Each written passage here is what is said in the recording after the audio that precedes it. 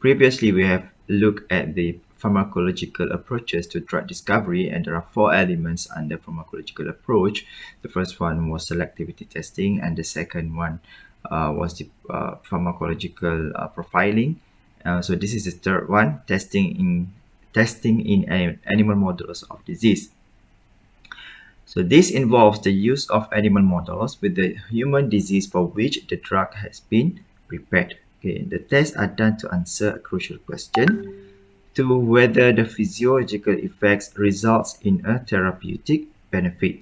Okay, despite the range of diversity of animal models from humans, these tests will provide a valuable link to the chain of evidence. Okay, even though the DNA between human and also animals are quite distinctive, but it will provide some some surface idea on how it will behave, how the drug will behave in human. And there are three broad classifications of animal models. The first one is acute physiological and pharmacological models.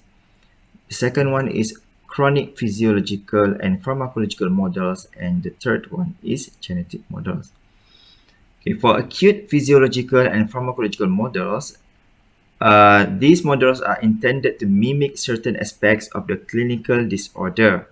Examples are seizures induced by electrical stimulation of brain as a model of epilepsy, the hot plate for analgesic drugs as a model of pain, and histamine-induced bronchoconstriction as a model of asthma. So if you look at all these examples, you can see that the effect or the clinical disorder,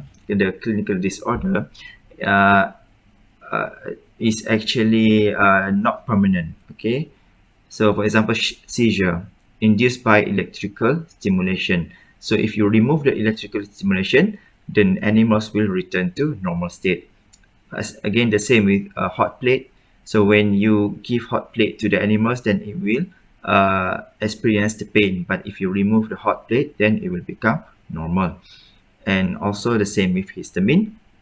If you remove the histamine, then the bronchoconstriction will go away, will relax, then there will be no longer bronchoconstriction, and it will not be asthmatic. So this is acute physiological. It's just in a short term of period, only during the duration of the experiment.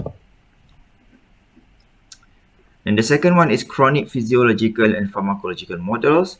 These involve the use of drugs or physical interventions to induce an ongoing abnormality similar to clinical condition. Examples: the use of alloxan to inhibit insulin secretion as a model of type 1 diabetes mellitus. So in this type of animal models, researchers will inject alloxan as a type of drug. So this drug will destroy the pancreatic cells that produce insulin. So even though you remove the alloxan, but still, because the pancreas is already destroyed, then it will have a permanent type 1 diabetes mellitus. And the second example is self-administration of opiates, nicotine, or other drugs as a model of drug dependence. Okay, in this kind of experimental setting, the animal is placed in a cage, and then there is a button in the cage. Then the animal will press the button, and whenever the button is pressed, then the opiate or nicotine will be injected into the animals. And then, this kind of drugs, it will produce euphoric effect. So the animals will feel euphoria, rasa sedap lah. So whenever they feel euphoric, then they will press again, because to feel again that moment. Okay, and then the process goes on and on and on, and this imitates the drug dependence state. Okay, next is genetic animals. This is I have explained just now in the previous video about the transgenic animals, is produced by deletion or overexpression of specific genes to show abnormalities resembling the human disease. the development of transgenic technology has allowed inbred strains to be produced with the gene abnormality to be present throughout the animal life. More recent developments allow more control over timing and location of the transgenic effect. So if you read journals, you would sometimes come across the term knockout mice. Knockout mice is one of the examples of genetic animals.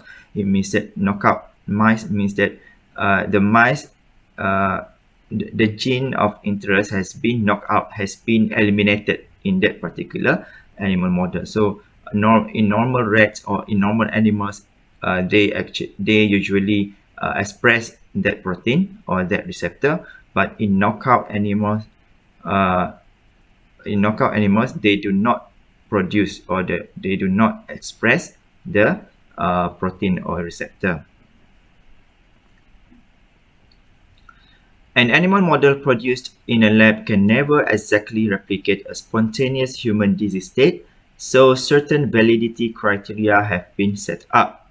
Okay, so it will never resemble 100% resemble what you are going to see in human. So we have to have some validity criteria to validate our animal models. So there are three validity criteria: phase validity, construct validity, and predictive validity. So phase validity, this validity refers to the accuracy with which the model reproduces the phenomena. So in these animal models, you have to observe the clinical signs, symptoms, and pathological changes so that it resembles the pathology of the disease.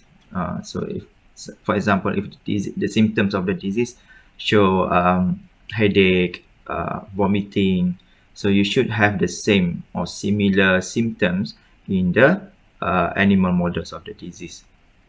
And the second one is construct validity. This refers to the theoretical rationale with which the model is based, i.e. the extent to which the etiology of the human disease is reflected in the model. So for example, the type 1 diabetes mellitus just now. So the etiology of type 1 diabetes mellitus is whereby the pancreas fails to produce insulin. So you imitate that by destroying the pancreatic cells, then it fails to produce insulin. So that is the construct validity, whereby you imitate the etiology of the disease. And the third one is predictive validity. This validity refers to the extent to which the effect of manipulations, for example, the drug treatment in the model, is predictive of effects in the human disorder. This is the most important of the three, as it is most directly relevant to the issue of predicting therapeutic activity. Okay, now the last one under pharmacological approach to drug design, which is safety pharmacology. So safety pharmacology is the evaluation and study of potentially life-threatening pharmacological effects of a potential drug which is unrelated to the desired therapeutic effect and therefore may present a hazard. These tests are conducted at doses not too much in excess of the intended clinical dose. So for example, if the effective dose is 100 milligram, then when you want to do this safety pharmacology experiments, then you wouldn't go far beyond the 100 milligram. Safety pharmacology seeks to identify unanticipated effects of new drugs on major organ function, i.e. secondary pharmacological effects. So we don't want this to happen. Okay, we only want the pharmacological action that we hope it exerts on the organisms. But if it has other pharmacological effect and potentially a dangerous one, then that's why we have to do this safety pharmacology experiments. It is aimed at detecting possible undesirable or dangerous effects of exposure of the drug in therapeutic doses. The emphasis is on acute effects produced by single-dose administration rather than effects on chronic exposure as in toxicological studies. So the main difference between safety pharmacology and toxicological studies, if you still remember, there are 5 elements. There are 5 approaches in drug discovery. The first one is pharmacological, and the second one is toxicological. Okay, so the difference between toxicological studies and safety pharmacology is that in safety pharmacology, it only uses single dose administration, means acute effect of the dose. Rather than toxicological study, it uses a prolonged administration of the drug. And also in terms of the dosage for safety pharmacology, it only uses dose that is slightly above the therapeutic dose, but for toxicological studies, it uses far more higher dose compared to the therapeutic dose. So in safety pharmacology, there are 3 types: the core battery, and then a follow-up system, and the last one is supplementary system. So it means here there are three divisions in safety pharmacology. So the first one, and the most important one, is the core battery, which involves the central nervous system, cardiovascular system, and respiratory system. So in this core battery system, there are a few tests that are pertaining to these 3 systems: CNS, CVS, and respiratory. So for CNS, they will measure, or they will observe the motor activity, behavioral changes, coordination, reflex responses, body temperatures.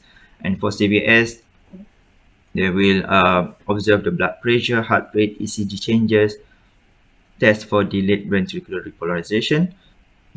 And then for respiratory system, they will observe the respiratory rate, tidal volume, arterial oxygen saturation. So these are the tests. These are important tests to show whether if there is any irregularities in the animal. So these are the major, or the main indicators to show if there is any irregularities in the animal. And then this is follow-up test. Again, the same systems, but this is more elaborated test on learning and speech, more complex test. And for CVS, cardiac output, ventricular contractility, and so on and so forth. And these are supplementary tests: renal function. The tests are urine volume, osmolality, pH. For ANS, CVS, gastrointestinal and respiratory system responses to agonists. And for GIT, gastric secretion, gastric pH, intestinal motility, and gastrointestinal transit time. So these are the tests that are being done. So these tests are very important to reach the GLP good laboratory practice. And the most important one is the core battery. There are conditions which safety pharmacologies are not necessary. Okay. Not all drugs you have to go through safety pharmacology. For example, safety pharmacology studies are usually not required for locally applied agents. Okay, so if the drug that you want to propose is just an ointment, or is a topical application, for example, dermal or ocular, in cases when the pharmacology of the investigation drug is well known, and or when systemic absorption from the site of application is low. So if the pharmacology of the drug is already well known, then you don't need to further establish a new safety pharmacology, because it must have been there.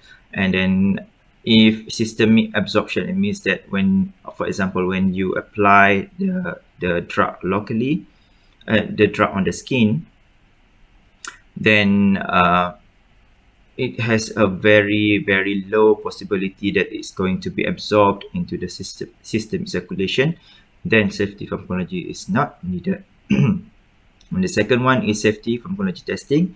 It's also not necessary in the case of a new derivative having similar pharmacokinetics and pharmacodynamics. So for example, if you have a drug, for example, benzodiazepine, this is a drug for CNS, central nervous system. It is a tranquilizer or pil penenang lah. So there are many derivatives of benzodiazepine. As long as it's a diazepine, then it might have a similar pharmacokinetic and pharmacodynamic. So in this case, you don't need actually safety pharmacology studies.